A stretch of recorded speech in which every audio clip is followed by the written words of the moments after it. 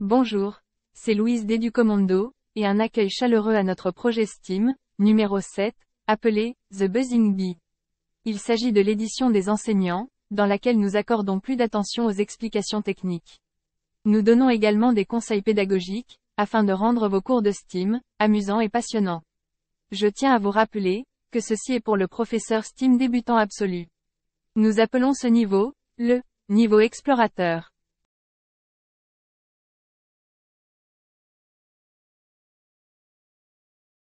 Dans cette leçon, nous allons introduire un nouveau composant dans notre classe, le buzzer.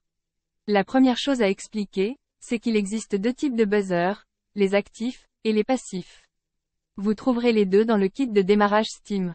Cela peut être un peu déroutant, car les deux buzzers se ressemblent beaucoup. Voyons d'abord les différences physiques entre les deux types. Lorsqu'il est neuf, le buzzer actif a cette couverture en papier. Le texte,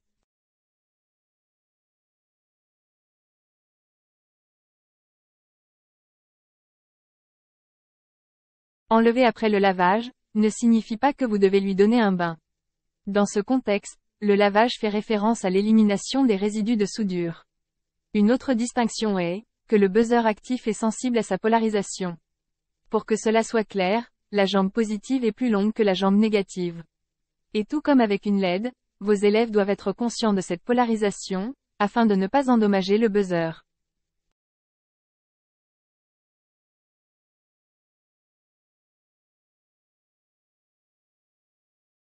L'autre distinction est la couleur du dessous. Lorsque le dessous est noir, c'est un buzzer actif. Lorsqu'il est verdâtre, c'est un buzzer passif.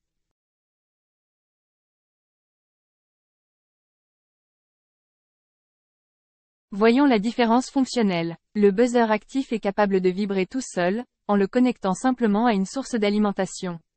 Le buzzer passif aura besoin d'un signal de l'extérieur, pour produire un son.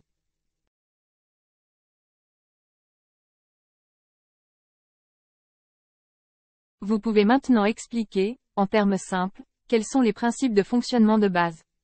Pour que ce soit clair, nous avons ouvert un buzzer, pour que vous puissiez voir ce qu'il y a à l'intérieur.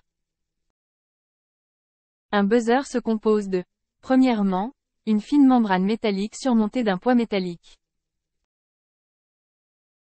2. Une petite bobine autour du noyau.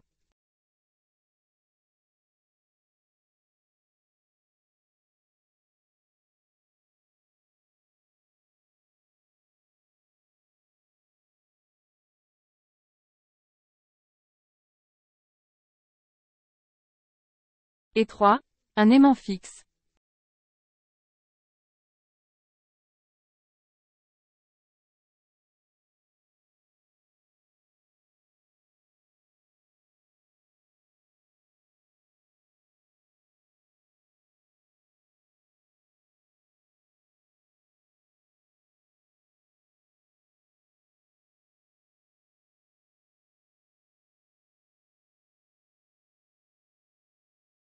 Lors de l'application d'une tension, un transistor intégré fonctionne comme un oscillateur, activant et désactivant la bobine. Cela produit une force électromagnétique tirant sur la membrane métallique, la faisant vibrer. Cette vibration rapide, crée des ondes dans l'air, qui est le son que nous entendons du buzzer.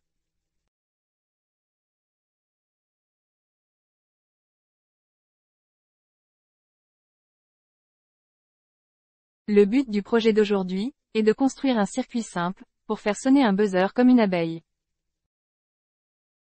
Tout d'abord, nous allons faire une programmation du buzzer actif dans le projet. Nous répéterons l'utilisation des variables, et des commandes pinMode et digitalWrite. Et comme toujours, nous effectuerons une recherche intelligente des pannes et un dépannage si nécessaire.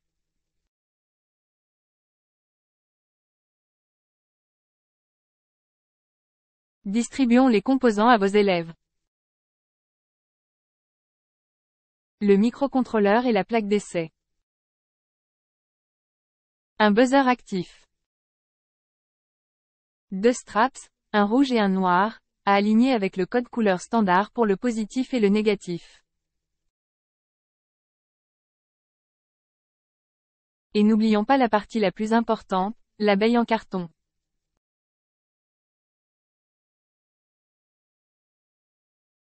Si votre classe a des tapis de soudure comme le bleu que j'utilise, placez les composants dans les boîtes. Cela aidera vos élèves à ne pas perdre les composants électroniques, et leur permettra également de travailler de manière ordonnée.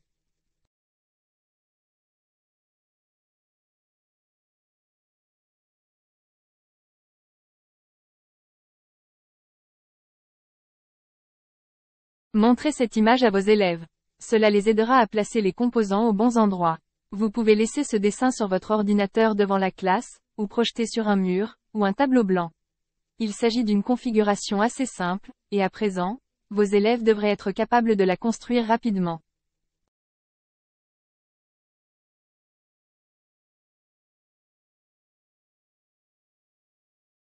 Les jambes du buzzer ne sont pas si longues, mais elles sont assez solides. Cela ne devrait pas être un problème de les pousser dans la plaque d'essai. Parce que le buzzer est poussé profondément dans la plaque d'essai, il est typique de perdre de vue ce qui est la jambe positive ou négative. Assurez-vous que vos élèves prennent bonne note de leur position.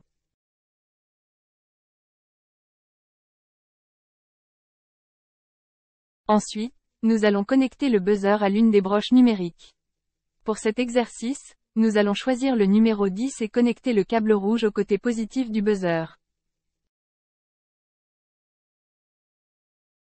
Le câble noir est utilisé pour connecter la broche de terre à la branche négative du buzzer.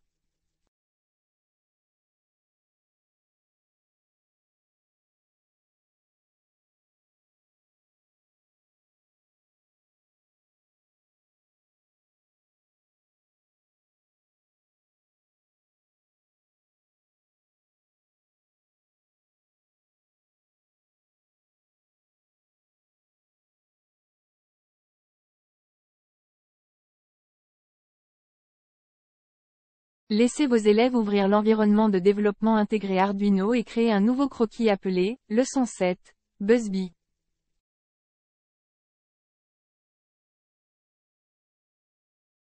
Lorsque tout cela fonctionne, et que les élèves vous ont répondu positivement, demandez-leur de réfléchir à ce que la programmation devrait faire.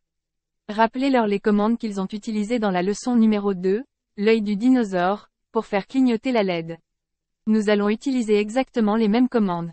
Laissez-les essayer par eux-mêmes, pendant 5 ou 10 minutes, mais ne les laissez pas encore exécuter le programme.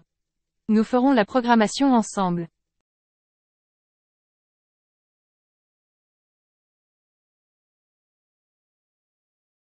À présent, ils savent mettre les commentaires en haut du programme, et ajouter le nom du projet et les variables. Projet 7, BuzzBee. Variable.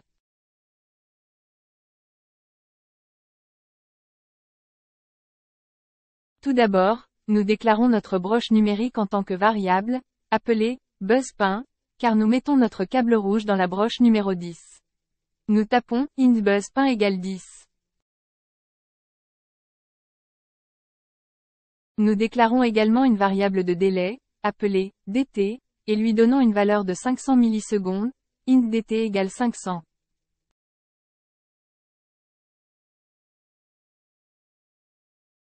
Dans la zone de configuration, nous configurons le BuzzPin en tant que sortie en utilisant la commande pinMode, BuzzPin, output.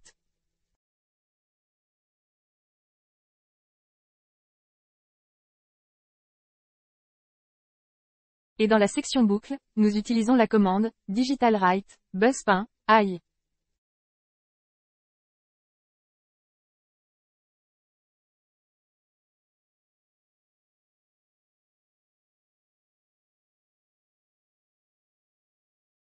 Suivi d'un retard. Et puis, nous remettons notre broche sur l'eau.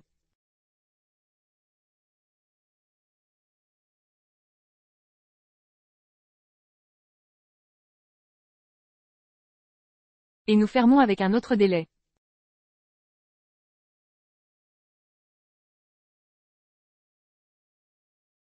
Vérifiez auprès de vos élèves s'ils ont été capables d'écrire le programme. Aidez ceux qui ont rencontré des problèmes.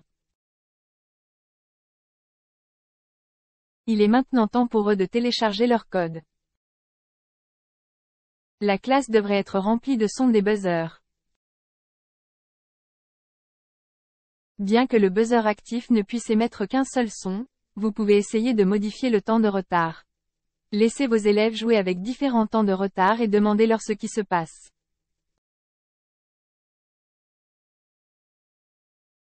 Si cela ne fonctionne pas avec certains groupes, dites-leur de ne pas paniquer. Le suivi et la correction des erreurs est l'une des compétences les plus importantes en programmation. Encouragez-les à faire une recherche logique des pannes en posant les questions suivantes. Avez-vous terminé toutes les commandes par un point-virgule?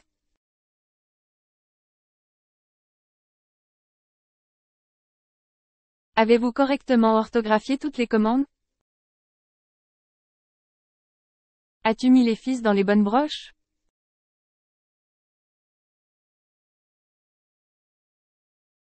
Avez-vous déclaré le bon numéro de broche en tant que variable? Toutes les connexions sur la plaque d'essai sont-elles fermes? Le buzzer n'est pas cassé? Ceci conclut notre projet numéro 7, The Buzzing Bee.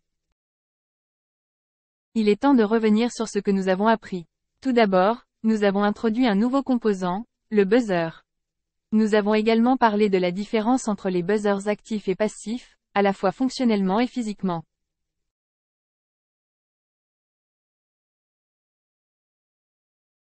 Nous avons appris à nos étudiants comment programmer le buzzer actif, et nous l'avons fait en répétant l'utilisation des variables et des commandes .mode et digitalWrite.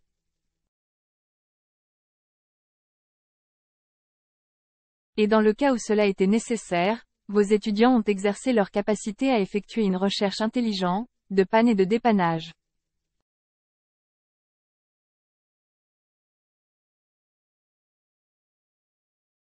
Parce que nous avons expérimenté avec des abeilles bourdonnants, ne serait-ce pas une bonne idée, d'avoir une mission impliquant ces merveilleuses petites créatures?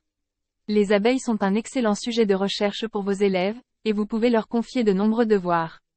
Voici quelques questions possibles avec lesquelles vous pouvez commencer, mais utilisez votre propre créativité, ou peut-être quelque chose des nouvelles locales, comme point de départ.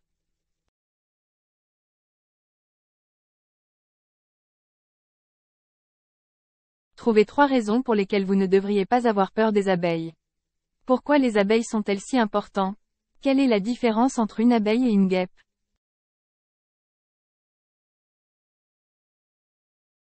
À l'échelle mondiale, il y a de moins en moins d'abeilles. Ce qui s'est passé, et y a-t-il quelque chose que nous puissions faire pour arrêter ce déclin? Des recherches ont montré que les abeilles communiquent entre elles en dansant. Pouvez-vous trouver des exemples et expliquer ce que cela signifie?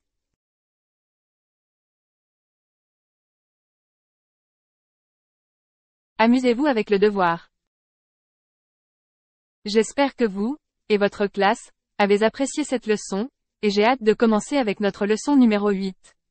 Dans cette leçon, nous travaillerons avec le buzzer passif. Un buzzer passif est plus polyvalent qu'un buzzer actif, car vous pouvez changer la tonalité du buzzer. Et quand vous pouvez changer le ton, vous pouvez jouer une mélodie, comme un oiseau qui chante « Joyeux anniversaire ». Au revoir pour le moment.